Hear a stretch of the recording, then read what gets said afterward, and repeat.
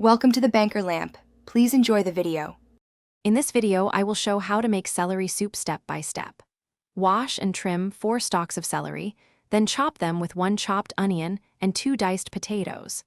Melt 2 tablespoons of butter and sauté onion until translucent, then add celery and potatoes and cook briefly. Pour in 4 cups of vegetable broth and simmer until tender, then blend until smooth and season to taste. For flavor variations, keep the heat medium-low to preserve celery's bright taste and avoid browning. If you prefer creaminess, stir in 1/2 cup cream or 1/2 cup plain yogurt after blending for a silky finish. For herbal lift, add 1 tablespoon chopped parsley or fresh dill near the end. For an acid pop, mix in 1 teaspoon lemon zest or a splash of lemon juice before serving.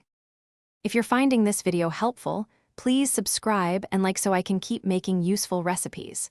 Quick recommendation: grab Little Tree's black ice to keep your car smelling fresh after grocery runs or messy meal prep. It's a funny little comfort. I've put the product link and other deals in the description for easy access, and it really helps me out when you check them. Now let's get back to the video.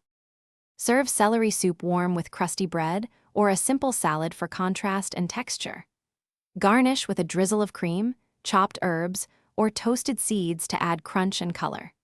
Let leftovers cool completely before transferring to airtight containers and refrigerating for up to 3 days, or freeze in meal-sized portions for up to 3 months to keep on hand for quick lunches and cozy dinners. Thanks for watching. If this was helpful, leave a like and consider subscribing. See you next time.